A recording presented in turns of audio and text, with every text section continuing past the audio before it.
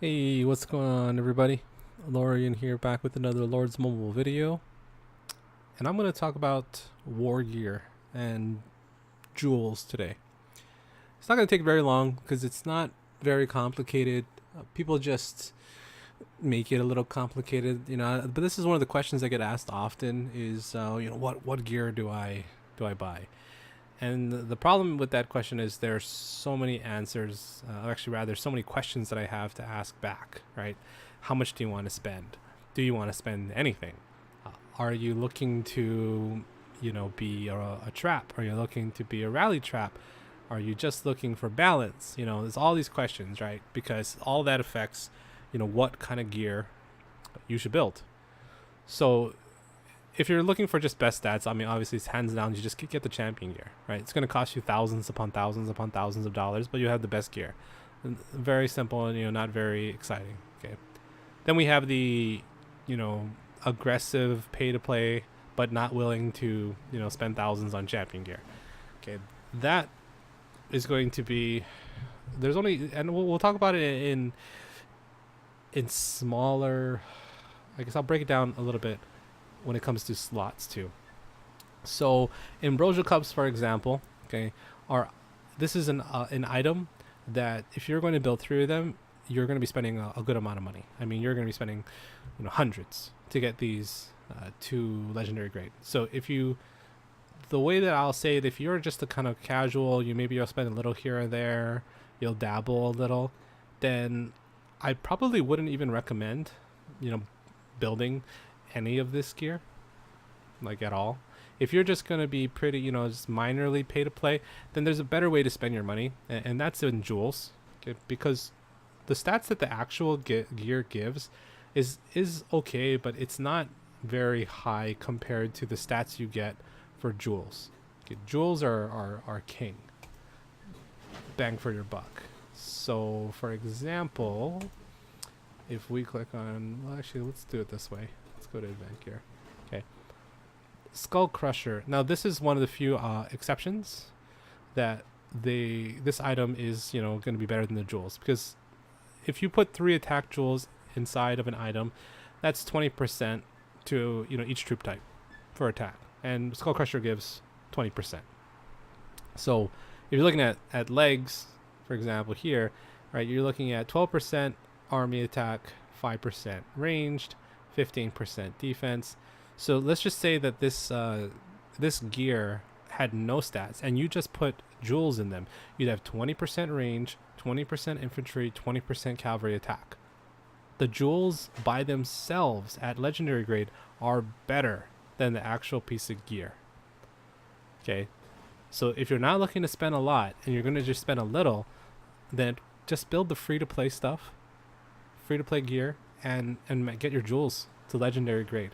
That's where I would spend the money, on the jewels, because again, at legendary grade, the jewels give 20% attack each troop type. Plain and simple. Okay. If you're looking to spend a little bit more, then I would say your biggest strategy should be, overlapping. Don't overlap. And what I mean by that is don't overlap ultra rares. Okay. What is an ultra rare? Okay, the brains is an ultra rare. That's one of them. For the Helldrider set, the brains are the hardest to get. I think it's something like a 4% or 3 or between 3 and 5% drop rate, which means you open up 100 chests and you'll get 3 commons, 4 commons. It's pretty bad. Okay, so don't overlap. So if you're going to build a Skull Crusher, okay, then don't build Burning Scrolls, because it takes the same ultra rare. And if you are building gear, you're probably buying Material Madness, which means you're going to get 100 chests at the $19.99 price for all the sets. So the worst thing you can do is build everything from the Helldrider set and then go to another one like Grim Reaper set and build everything from here as well. And you can't put both pieces of gear on the same time, right? You can only wear one in each slot. So if you're going to build the Burning Scrolls, then don't build a Skull Crusher. Look for something else comparable. And the comparable item for Skull Crusher, okay, and look at the stats, right? 20% army, so it's 20% all troop type plus the 15 plus the 25 defense. Okay, Frostwing, not as good. 20% inf, cav, 12 range, but you don't have to overlap. So you can still, when you open up your 100 Frostwing chests, and you get lucky or whatever, and you get the hearts, which is the ultra rare. Okay, then you're using 2 different ultra rares for building items. You're not shooting yourself in the foot. Okay, you're not overlapping. So you want to look at that if you're just gonna, casually spend. Okay. Although the biggest, I guess, biggest hurdle when it comes to gear is really the trinkets. For whatever reason in this game, the trinkets are such a pain. Okay, because there's a gap. Okay, burning scrolls, they're good all the way around. 10%, 9% all troop attack. 9% all troop hit points. That's a lot of stats. Okay, it's gonna be better than all of this stuff up here.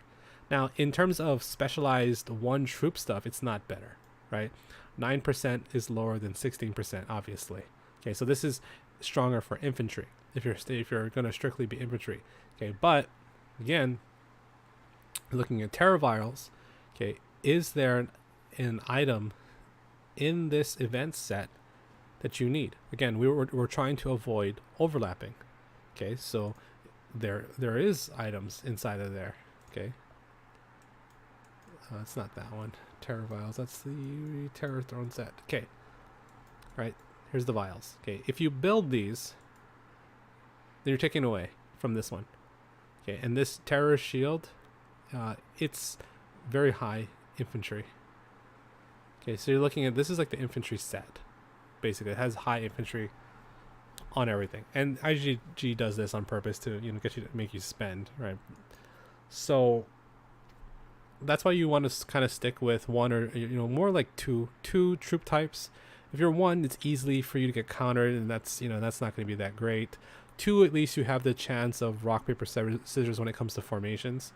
Okay, so if you're going to build infantry, say infantry range, okay, and right here, you're going to see this is heavy infantry and army HP. Maybe this would be the breastplate that you would want to go with, but maybe this isn't where you're going to get your infantry, attack from. Instead, you're going to go for a accessory that has range.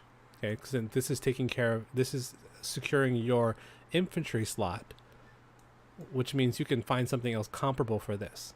Okay, you don't want to overlap. If you're just going to spend a little bit more than a free to play dabbler. Okay, it's about some efficiencies there. So you pick 2 troop types and then look at the actual gear. And there's an app that is on the Android. It's a dressing room. You can go ahead and sort it, but I mean honestly, you can sort it in here. It's not hard to sort it in your alt equipment. Just go to the filter. It's got all the filters right here. Just look for what you're looking for and then throw it in. Okay, so overlapping is a big deal unless you're just gonna spend thousands of dollars and pick up champ stuff. Okay, so that's it when it comes to war gear, really. I mean, I don't really have any other like secret tips. You really have to look at the gear and see what you want. And I'm not going to be one of those YouTubers that can say, oh, don't get this because this sucks. Now, everything has a use. Everything has a purpose. There are very few items. Well, there's a few items that really just completely suck. But it's about doing the numbers. And from there, really, it's going to guide your decision on what you're going to do. So, number 1, figure out what troop type you're going to go with. Okay. You prioritize the stats. Attack is first. HP is second. Defense is third. Why? That's the meta. That's the way the game is currently. They patch it and they change it. It may change later. But as it is right now, attack, hit points, defense. It's pretty much it. I mean, the only way that there's few items that will trump attack. I'll show you one, and it's just from pure army stats. So they're like the winter mitts here. Okay, winter mitts gives 25% army defense, 25% hit points, only 10% attacks. So some people will be like, I don't want to get these winter mitts because I could get the Eternal Codex, because it has 20% cavalry and 35% range. So it's usually a debate between Eternal Codex and winter mitts. That's usually what people go back and forth between. Some people call it deep, because 15% is not low either. But it's a matter of preference. I use the winter mitts because it gives army stats, defense, and hit points. So in my mind, and the way that I built my gear is to be within 5 to 10% at maxed out stats, legendary grade jewels, legendary grade items. Then I'm going to sit around 425, 435 between all of my stats, because I'm going for a balanced build. If you're not going for a balanced build, then go with what works for you. But in some cases, even though army defense is the lowest priority, it does give it for all your troop types. So for somebody like me who's building balanced and wants all 3 troop types to be strong, it's for me. I prefer having the winter mitts because it gives me more total overall stats. Just my opinion on it. Okay. Otherwise, it's fairly simple. It's attack, HP, defense. This is what I use. It's a very expensive set. The reason why is I'm putting 3 Ambrosial Cups, and I'm going to take all of those to Legendary at some point. So for me, it's going to cost me an arm and a leg to get these to Legendary. My Skull Crusher is getting close. I think I only need 2 more brains to get that to Legendary. I can almost get this one to purple. I think it's like 1 or 2 pearls away, which are super rare. And I've got 2 to Legendary right now. And my jewels are not all Legendary yet. All my cav jewels are Legendary, and a couple of my infantry and range are as well. So I got a long way to go in my set, but my set was built more as a balanced set. I wanted to be able to take a hit, take a rally, because if people are reinforcing me, I want to make sure I'm doing my best to keep their troops alive too. So, and I'm in a guild that we don't have like specific people that, okay, if it's an infantry rally, this guy's gonna lead it. We don't have as many rally leaders like that where we could do something like that. So I want to be good at all stats so that I can always lead a rally, whether it's a nest or against a fort or whatever. And I'll be okay to do that, and I'll be able to do that. So that's pretty much it, really, when it comes to gear and jewels and free to play and dabbling and medium spending and high spending. So if you guys have any questions, feel free to leave a comment in section below. If you're ever wondering what gear you should build, or if you want me to look at your gear, I'm more than happy to do that as well. And a special shout out to one of my guildies, Lisa, who gets triggered that I don't hit this mystery box every time I make a video. So I am claiming it. And it's hilarious because I'm actually doing the mystery box quest. So Lisa, I'm going to hit this box a lot to make sure I finish my Guildfest quest. Just for you, okay? So appreciate it, guys. Thanks for watching. Again, if you have any questions, leave me a comment. I'll be sure to get back to you. Thanks. Peace.